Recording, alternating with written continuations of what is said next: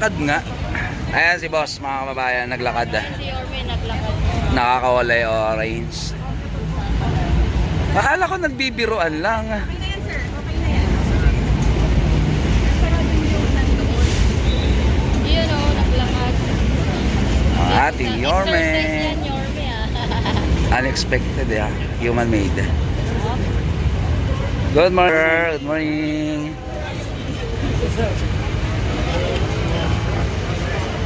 Sister.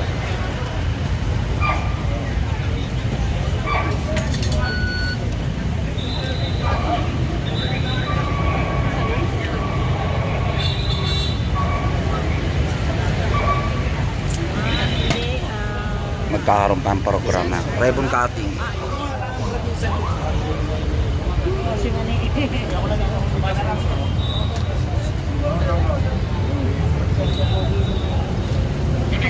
Ano, sila nakita mo? Yorme, syempre. Nalang pogi sa mata ko yun.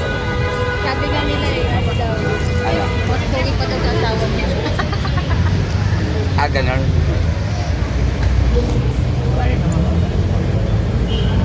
Bakit tabi ko yung PIO? Ingay ko pa naman. Doon yata.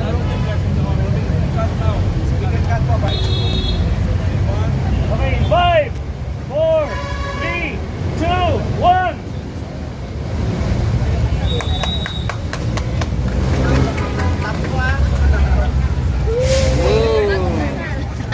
Bagong kasal. Wish to be.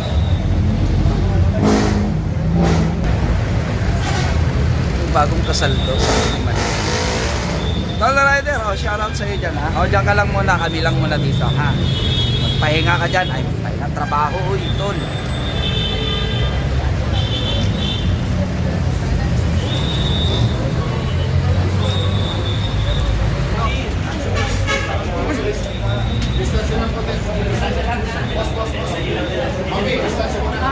Medyo, yung guest muna po. Nakikiusap po.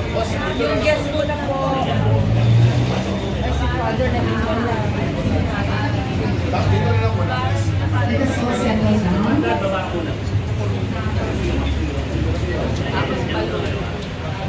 Ground and said to the Lord, I give half of my belongings, Lord, to the poor.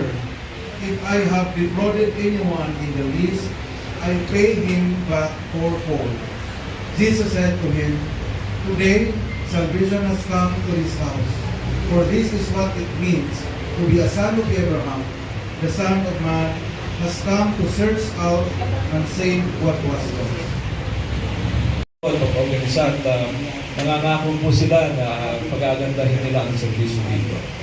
Ang Malaylinga po ay pagsasatupad lang ng ating adikain na ang ating pong Senado very much supportive of the mandate of PGH. Kaya po parang sabi ko, parang nanaginip kami na tama-tama lang po Po at welcome back to Manila, Senator Bongo.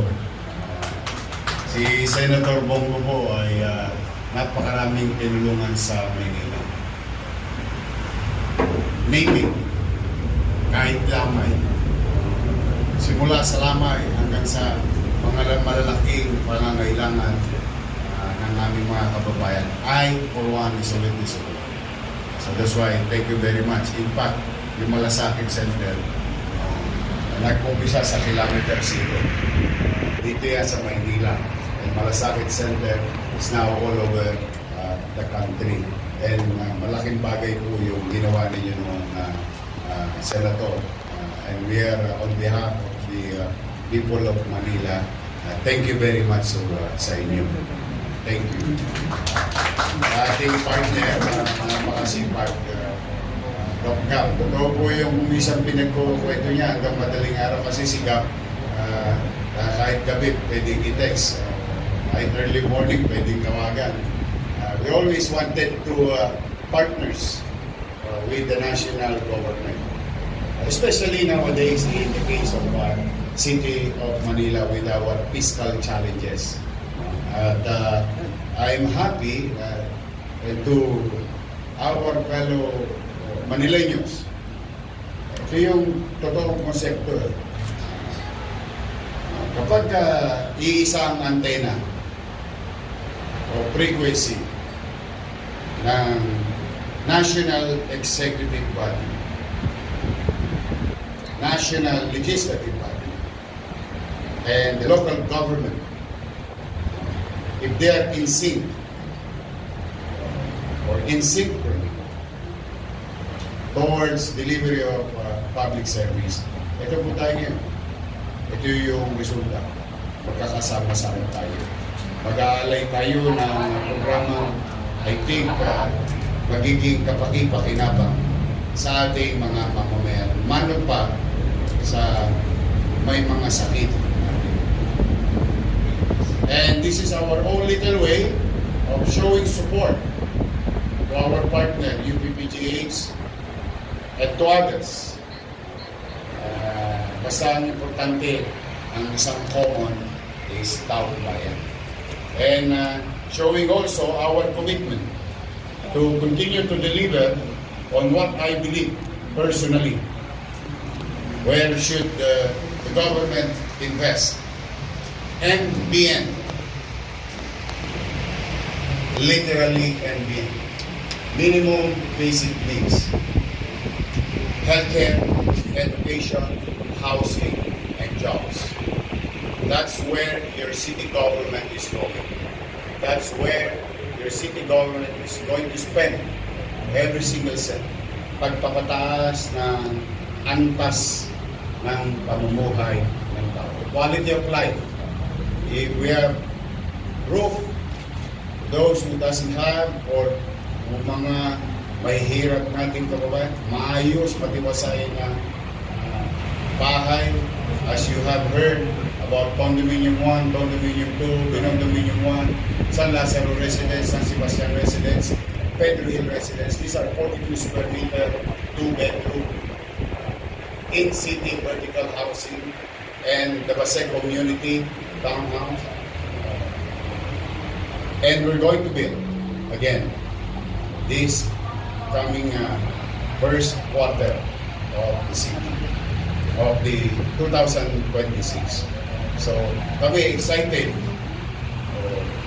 May kabulungan kami ni Gap kanina. I'm praying. Sana maging successful. I'm praying. Because with that success today, iawan, marami pang buhay na maduduktungan ang UP PGH. Ang PGH itself as an institution will now be, imagine yourself, only God knows who's going to live or die.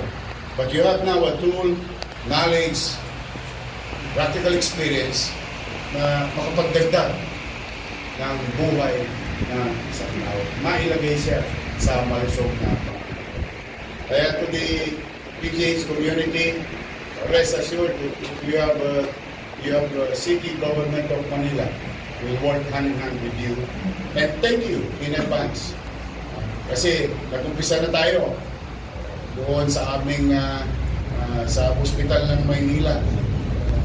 Marami na kaming kasi ang Maynila President Gap, ang Manileño, President na daw, Presidente. Hindi mo dapat nagpe-Presidente. Yung mga Manileño, maraming may minahal. Sa dami ng minahal nila, para mga puso nila.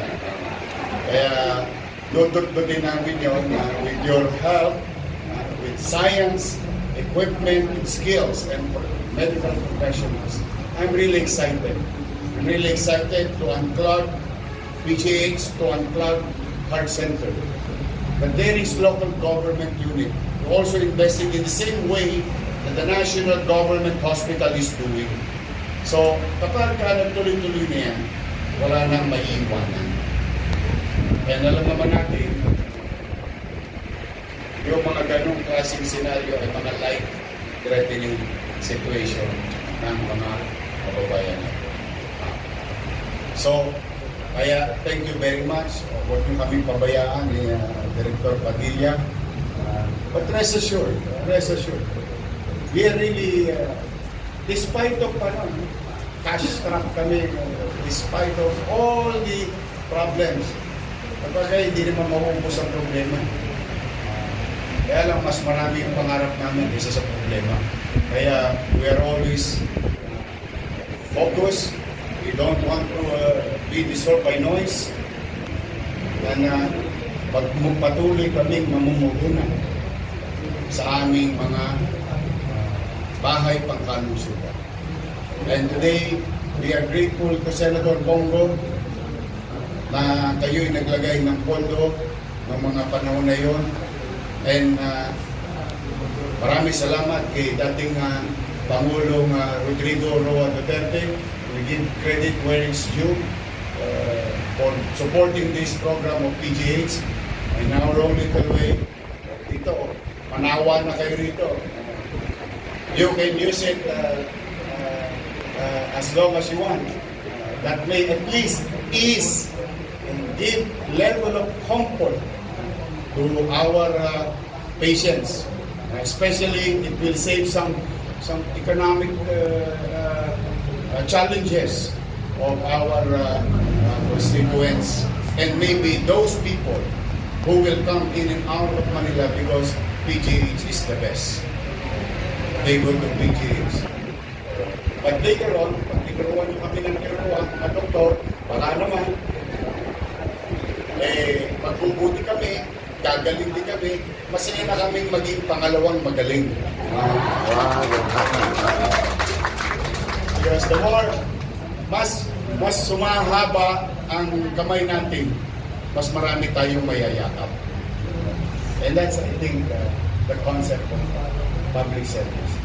National and local, in synchrony, towards a particular common goal, which is public healthcare services. Ito, so, sa aming mga partners, o sa mga gustong mag-donate, o i-diretso na natin ito sa balay Lingap. Dito nyo nadalhin. Huwag kayo magkalala. Ako, sigurado ako, pag nag-donate kayo sa PGH, may kalalagyan. I, for one, testigong buhay. Subok na. Talagang masisino at mainam na ginagastos. Sa mga mabubuting may puso, mabubuting puso na nakikinig at manonood, welcome kayo sa PGH.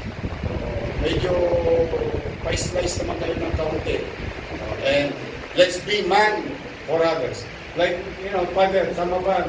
May sinabi sa Biblia, let your light shine for the greater glory of God. Tama ba yun? Ayun. Pasensya ka na English eh. But again, I am happy and grateful to PGH, kay Pangulong Duterte, kay Senator Bongo. We're happy to be partner, and rest assured, in the coming days, weeks, and months, for years, as long as I'm here, kayong pag-alanganin na katukin kami, kasi kami ni Padilla, hindi kami mahiyang katukin kayo.